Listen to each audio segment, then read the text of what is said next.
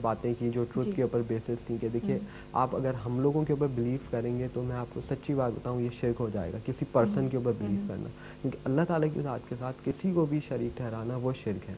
अगर आप ये कह दें कि जो है ना ये तावीज़ कुछ कर, बिल्कुल एक हमारे पास गाइडलाइन है, नॉलेज है, हम जैसे मेडिकल की फील्ड करते हैं वो ये चीज़ें, लेकिन ये चीज़ नहीं हुआ है कि जो है ना मैंने ये बोल दिया तो ये होगा। जी, मतलब इसकी मिसाल इसी तरह से ले सकते हैं, जब हम बीमार होते हैं हम अपना इलाज करवाते हैं, डॉक्टर्स के पास जाते हैं, दवाइयाँ लेते हैं, लेकिन हम उनको खुदा नहीं मानते, बिल्कुल, या उनको शिर्क नहीं करते। जहाँ बहुत बारीक सी लाइन है आपके दायरे इस्लाम से खारिज होने में, हम ये बातें नहीं समझते। आजकल बड़ा अफसोस होता है, खैर मैं खुद इस फील्ड से ताल्लुक़ रखता हूँ और सच्ची बात ये कहूँगा आपसे कि कैलकुलेशन ये चीज़ें सही है कि जर्नल रीडिंग नंबर्स के बेसिस के ऊपर या एस्ट्रोलॉजिकल बेसिस के ऊपर एक जर्नल रीडिंग होती है कि जी आप ये अच्छा है, ये सही नहीं है, ये एक इल्म के एतबार से है। लेकिन जो हमारे ये क्वेश्चन होते हैं ये काम होगा या नहीं होगा, ये थोड़े से रॉन्ग पॉइंट में आ जाते हैं।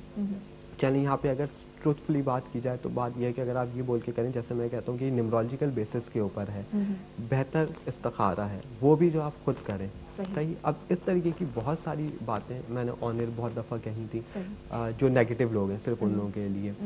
अब हुआ ये एक दफ़ा कि ऐसी ही बातों के ऊपर कोई कॉम्पिटिटर साहब जो है इसके ऊपर बड़ा गुस्सा हो गए थे। और जब मैं यूनिवर्सल हीलिंग प्रोग्राम करता था डीएम इस्लाम के ऊपर, तो उन्होंने जो है कुछ ब्लैक मैजिक वगैरह करके कुछ तावीज़ वगैरह भेज दिया था।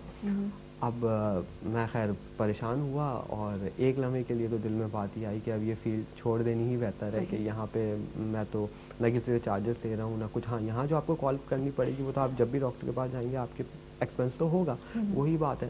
तो बस फिर उसका वो जो तोड़ किया, फिर थोड़ा सा और शौक़ हुआ कि नहीं चलो अब ज़रूरत है शायद इस फील्ड को कंटिन्यू किया। ये बहुत अमेजिंग वाक़या था। तोड़ कैसे किया आपने? तो मतलब कुछ ज़ाहिरी चीज़ें सामने आई या आपने कुछ जैसे कहते हैं पढ़ा जाता है, चिल्ला काटा जाता है और फिर तोड़ हुआ? कुछ आपने कुछ वाक़यात मेरे भी सुनने में आए, हम चाह रहे थोड़ा सा इसको पानी का कुछ रंग बदल गया, कुछ इस तरह से वाक़या हुआ था, तो वो क्या इसी से रिलेटेड था? बिल्कुल, अब वही था कि उन्होंने जब मैजिक करके भेजा तो कुछ मेरे साथ इंसिडेंट हुए। उस वक्त एक लेटर आता था, क्योंकि यहाँ पे हम लेटर्स रिसीव करते हैं, उसमें ये हुआ था कि खैर काफ़ी प्रॉब्लम हुई। मुझे उस वक्त समझ में नहीं आया क्या हुआ जो है ना, तो मैं ये समझा मेरी एनर्जी वीक हो गई है या कोई प्रॉब्लम है। अल्लाह ताला का सिस्टम है, दिन रात तमाम चीज़ें होती हैं।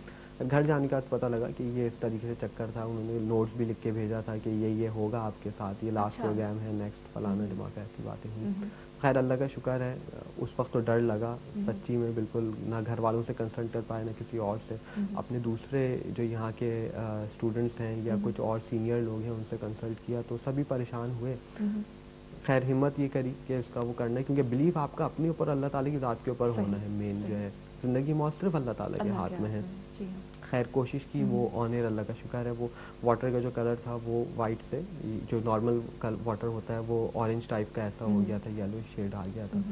अच्छा, फिर बात ये है कि लोग ये समझते हैं कि इसमें बहुत सारा कुछ आपने पढ़ा है, क्या है ये सब, इसमें किसी चिल्ले किसी भी चीज़ से कोई ताल्लुक़ नहीं है। अच्छा।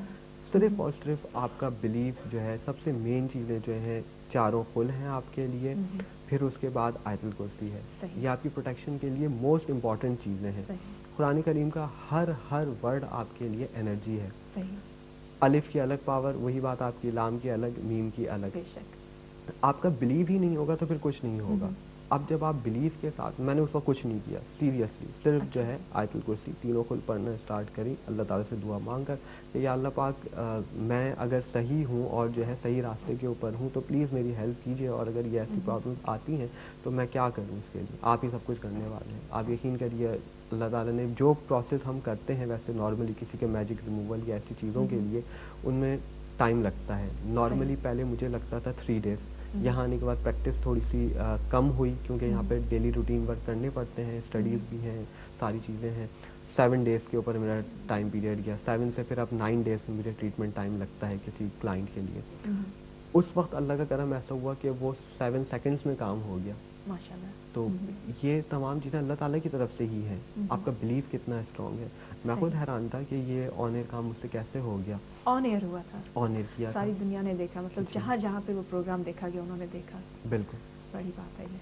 अब ये चीज़ें देखिए जो है ना, बात है कि आपका पर्सनल बिलीफ, लोग करते हैं प्रॉब्लम तमाम चीज़ें, लेकिन अगर आप ये समझें कि जो है ना बहुत सारी ये हार्ड फील्ड है, कुछ इस तरीके से फील्ड हार्ड ज़रूर है उन लोगों के लिए जिनका बिलीव नहीं है। सही।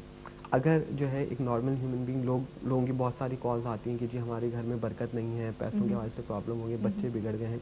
सबसे मेन और इम्पॉर्टेंट इसके लिए आपको ये करना है, घर में कुरान करीम की तिलावत ज़्यादा से ज़्यादा चलाइए, और जो कैसेट DVD CDD आप लीजिए बहुत ज़्यादा चलाइए, जितनी नेगेटिविटी रिमूव हो जाएगी। एक सवाल पूछेंगे, आपने कहा कि कैसेट DVD सीरीज चलाइए, कुछ लोगों का ऐसा मानना जानना है कि जो कैसेट और सीरीज आप चलाते हैं उससे बेहतर आप खुद से तिलावत कीजिए, वो ज़्यादा पावरफुल है।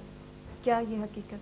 बिल्कुल, कुरान करीम की तिलावत खुद से करना तो वो तो बहुत ही ज़्यादा आपके लिए अच्छा है, लेकिन अब इतनी बिजी लाइफ हो गई है, इन तमाम फैक्टर्स को भी हमें मद्देनज़र रखना पड़ेगा कि अगर आप जो है नहीं पढ़ सकते कंटिन्यूसली बेसिस के ऊपर, मैं हमेशा रिकमेंड करता हूँ, अगर आप रोज़ नहीं पढ़ सकते वीक में एक दफ़ा, वीक में एक दफ़ा नहीं तो कम से कम मंथ में एक दफ़ा तो ज़रूर कुरान करीम की तिलावत करिए, एक रुकू ज़रूर, आपको उसकी एनर्जी फील होगी अपने अंदर।